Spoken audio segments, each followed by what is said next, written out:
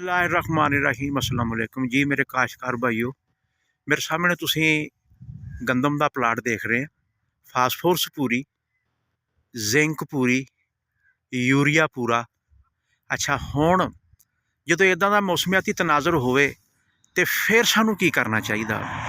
देखो अपनी फसल का बगौर मायना करो, डीपली इसनू देखो कि इसकी ज़बान समझो कि हुण साडे कोलों की मंगदी है।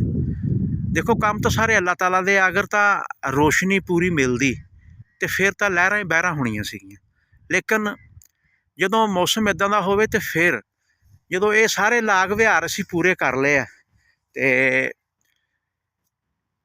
पहली इत्थे मैं थोड़ी जी ना एक गल तुहानूं दसदा जावां, तुसीं भी कमेंट सैक्शन दे विच फीडबैक जरूर देना कि देखो यूरिया का इस्तेमाल हुण इत्थे बंद करा दित्ता वा। ए देखो, ए मैं इंडीकेटर भी